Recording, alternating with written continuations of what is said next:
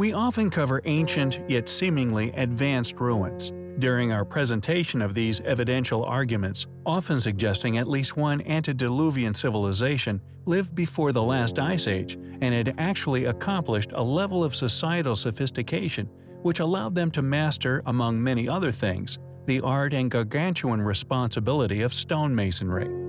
often creating ancient stone structures so plumb they can even rival modern master masons of the day in their astonishing skill, accuracy, and thus by default high precision unquestionably achieved with highly advanced technologies now lost to the sands of time.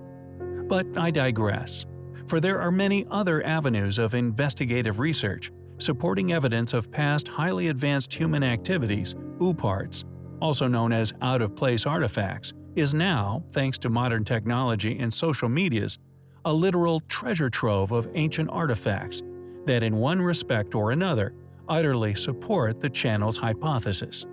However, if ever academically acknowledged for what these relics truly are, it would topple their tower of cards, for all modern academia has achieved by doubling down and keeping a profitable yet so strongly disprovable chronology on life support, protected as a status quo, unwittingly creating a castle upon the proverbial sands of public opinion. Without the influential grip that institutes possess, and now that academia has doubled, tripled, quadrupled down on already pushed popular and thus profitable modern paradigm, yet due to individuals such as Mystery History and many others like him, whose collaborative work over many years has not only contradicted said tale of events countless times, but due to said argument becoming more and more compelling, with every find driving the nails deeper into the coffin of their theory, has, in return, forced academia and historians into a position of obvious, deliberate ignorance, denying a reality we simply wish to convey. We never intend to push a theory upon anyone. We attempt to explain the channel's opinion, and importantly why any particular subject or place is not only unexplainable, but I had to come to my own particular conclusions regarding said subject. Yet, worryingly, this next approach is not one pursued by academia, firstly to convey all the evidence found at a site, not just that which supports my theory, even that which cannot be explained, but also to never state my presumption built over many years of research as an undeniable fact. I set out to provide uncensored, unbiased, impartial truths, often Earth's advanced ancient megaliths, tool marks, stone cuts, artifacts, and many other areas one can investigate, often accompanied by an array of photographic evidence supporting our theory. And the more academics continue this denial of said evidence, they force themselves further and further down the proverbial plank of popularity. For if one bases one's premise upon a faulty foundation, then eventually it will collapse, becoming disproven beyond any reasonable doubt.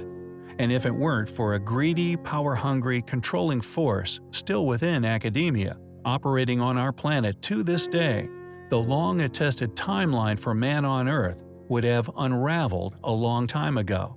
not only ending said flows of cash currently generated by said conspiracies and associated constructed theology, but additionally, and perhaps the defining motivation behind this mammoth task of not only funding academia and subsequently pushing said conspiracy, and the very costly operation it must be to preserve it, in addition to the tremendous efforts witnessed in regards to the timeline's protection. The Bering Strait, for example, not only lost a highly gifted, honest archaeologist her career, but due to it being crucial to mainstream theory, and due to its ability to disprove said theory, has been a location completely shut off from everyone, now guarded all year round with incredibly harsh penalties for trespassers. A move we find highly suspicious. Their loss of public trust, their authority over public opinion. The loyal flock of the illogical, however, due to these characters' positions and their ability to pump out books regurgitating this particular tale of historical origins, highly paid, so-called trusted academics, whose reputations rest upon this hoax, protected at all costs. They must ignore that which doesn't fit, for due to their utter conviction in their own explanations, academics would ultimately experience irreparable damage to their particular institution's validity. Interestingly, an area that is rarely covered within this genre of historical study, which is somewhat surprising, is the curious and quietly studied evidences found upon a number of rare ancient remains that not only suggest that people were practicing surgery thousands of years ago, but also due to the surgical evidence left upon an Egyptian mummy is truly astonishing. Perhaps these practices were inspired by the death of King Tut, more popularly known as Tutankhamun, who died after complications derived from a broken leg. Yet such feats, this particular procedure, for example, should have been far out of the technological capabilities of the Egyptians. We are so often introduced to at school and any other educational institute found to control mass opinion. Although some impressive wooden prosthetics have been found over the decades, some even dated to the Egyptian dynasties, to have actually operated on and successfully pinned and repaired a knee joint is simply too far of an advanced surgical procedure for them to have known. Is it possible that the task was undertaken by a surgeon far more equipped than that of the currently academically claimed builders, who in reality, we feel, were mere lodgers? How did this ancient people accomplish such impressive medical procedures? Is it possible that we are looking at a member of a far older, once highly capable lost civilization? We find many areas of ancient antiquity can still tell us some incredibly intriguing things regarding their age, our past, and perhaps one day ultimately expose who we are and where we came from.